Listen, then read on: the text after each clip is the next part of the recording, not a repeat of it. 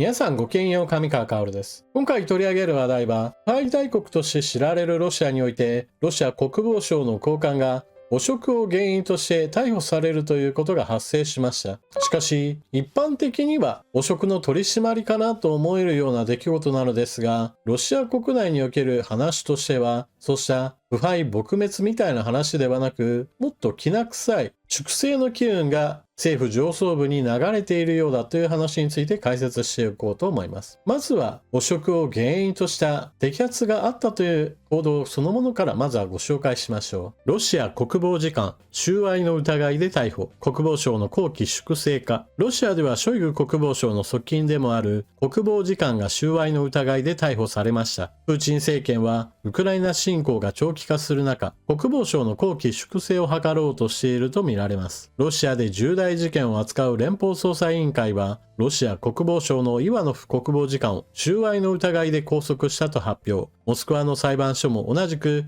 彼を逮捕したと明らかにしました。左の写真がショイグ国防相とイワノフ国防次官の一緒に写っているところです。大臣であるショイグ氏とその右腕とも言われるような副官という関係が彼らの間にはあります。ロシアのメディアによりますと、イワノフ氏はショイグ国防相の側近として知られ、2016年から国防次官に任命されて、軍事施設の建設などを担当しました。ウクライナへの軍事侵攻では、ロシア軍が占拠したウクライナ東部マリウポリで建設作業などの責任者を務めていたということです。また、ロシアのメディアは、イワノフ氏は巨額の資産を保有し、最も裕福な官僚の一人と伝えています。ロシア大統領府のペスコフ報道官は、記者団に対し、プーチン大統領にも報告され、ショイグ国防相には事前に知らされていたと説明しました。ロシアがウクライナへの侵攻を進める中、ロシア国防省の幹部が汚職事件で逮捕されるのは異例です。プーチン政権としては、侵攻が長期化し、来月から大統領の通算5期目の任期が始まる中、国防省の綱紀粛正を図ろうとしているとみられます。記事の中で指摘されている部分について補足をしておきましょう。国防次官のイワノフ氏の資産については、フォーブス紙によると2019年治安当局者の資産ランキングで彼が世界1位だったということです。そして彼は2016年5月に国防省副長官に就任したのですが、その後彼は軍の財産管理、兵員の区画住居の建設事業、軍の医療支援に関連する事業、建設工事、施設の修繕、軍人用ローン事業などを担当していたということです。まず最初にイワノフ国防次官が逮捕されることとなった不正の手段についての解説からしておきましょう。モスクワタイムズによると、彼の不正の手段としては、ロシア軍が侵攻したウクライナのその占領地における建設事業などに彼の不正蓄財の仕組みがありました。例えば、完全に破壊されたもしくは復興させるような地区における住宅の再建、新築、そうした建設事業において国からお金が出てきます。このお金を元にして事業を行うのですが、その発注先となる企業などが直接的に賄賂を受け取ったり、もしくはそれらの発注事業を自分のファミリーカンパニーや自分の息のかかった企業などに受けさせることによって水増ししたお金などを間を抜き取るといったことなどを通じてなるべくお金を自分のところに持ってくるようなことをしていたというのです。このようなことは彼が初めて手を染めた不正ではなく、戦争が始まる前、彼が国防次官に任命されてから、ロシア本国内における軍の様々な施設建設や修繕事業などでも似たようなことを繰り返していたからこそ、彼の資産が莫大になったという、その流れとして今回もまた同じようなことをしたというのです。ただし、ロシアの上層部におけるこうした不正については、みんながやっているだろうと言われているからこそ、腐敗大国の名として知られているのであり、彼だけが不正に手を染めていたわけではありません。だからこそなぜ彼が捕まったのかという話になるわけです。今回の NHK の記事では、綱紀粛正を図るためにその象徴的な人物として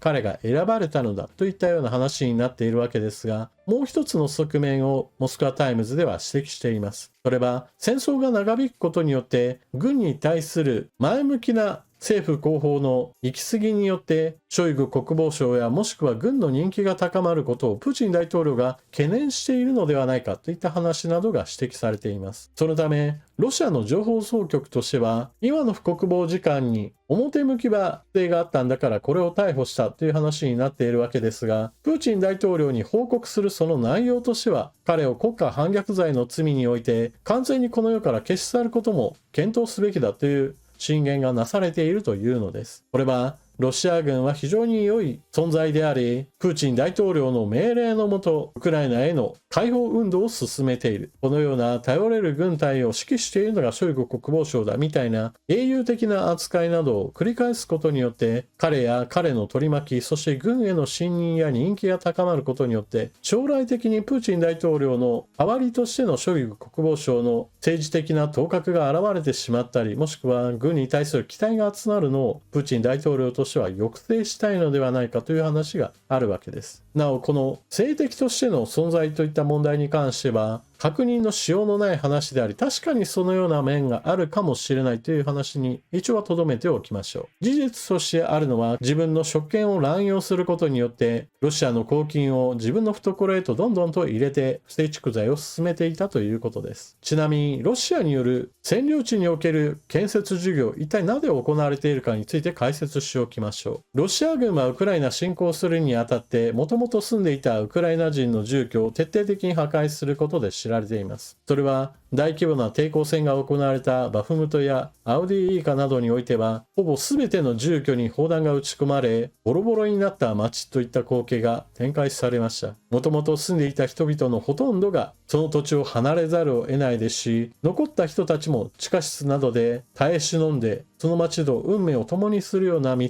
を選んでいきました。ではロシア軍がそのような形で町を占領した後一体何をするかといえば、現在最前線のバフムトやアウディーイカではまだですが、南部のマリウポリなど今のところ戦闘から遠ざかった町においては住居の再建やもしくは新築事業といったものが行われています。これ一体何のために行われているかといえば、それはロシア本国からロシア人を入植させるために住居などを建設しているのです。もともと住んでいたウクライナ人が町を去っていたりして人口が減っているわけですが、そこにロシア本国からロシア人を入植させればその土地のロシア人の気風は一層強まりますし、ここはロシアの土地だぞということに関してもより強い住民の声というものが生まれるわけです。何しろもともとそこに住んでいないロシア本国の人ですから、ここはもう私の土地だという主張をこれからも強くするのは当然というわけです。それら入植した人は安く新しい住居をあてがわれたであるとか、もしくはもう無料でそのような住居を手に入れたという具合にして非常に喜んで SNS 等で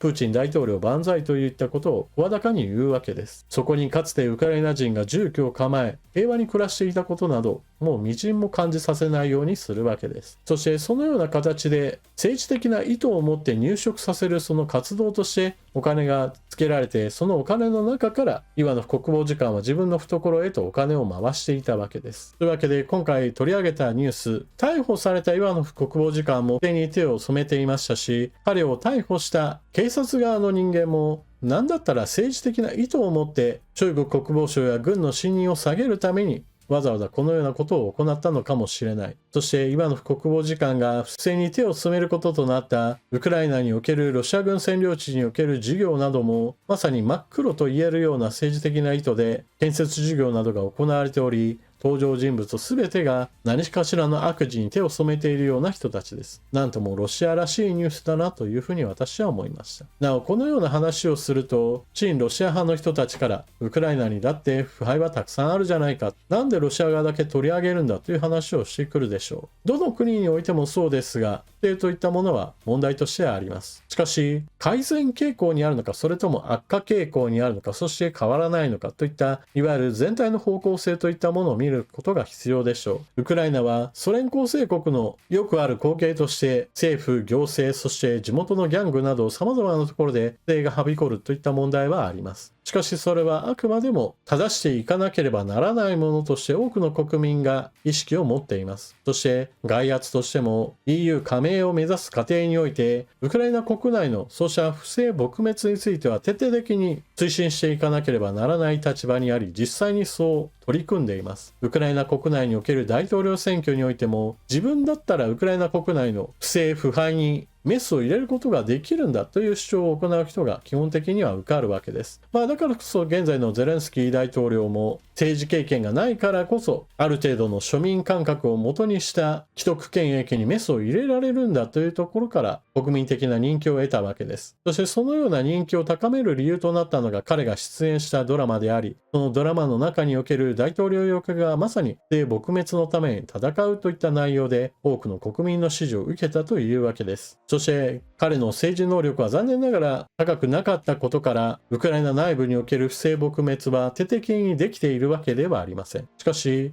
撲滅できていないからといって悪化しているかといえば全く逆で、取り組みを進めることによって徐々に腐敗ランキングとしては改善傾向になっています。ウクライナの腐敗ランキングは現在104位、一方でロシアの141位はウクライナとは対照的に全く改善傾向にありません。ロシアにおける腐敗はまさにプーチン大統領自身から始まったもので、その取り巻きも全員が結託しているような状態ですから、この腐敗ランキングの改善は全く望めないような状況です。国家の指導者自身から腐っている国と少しでも改善に取り組んでいる国、その2つを並べた状態でウクライナの方が腐っているという方が頭が腐っているんではないかなというふうに私は返さざるを得ません。というわけで今回の動画ではロシア内部国防次官が摘発されたというニュースについて取り上げました。しかしロシア国内における事情としては単純に腐敗撲滅の動きではなく、プーチン大統領にいずれは影響を与えるかもしれない政治勢力の台頭といったものを今のうちに目をつむため、ショイグ国防相の側近を排除したのではないかといったことについて解説しました。独裁者というのは自分の地位が揺らぐようなことはなるべく問題が小さいうちに摘み取りたいものです。ロシアにおけるこうした不平撲滅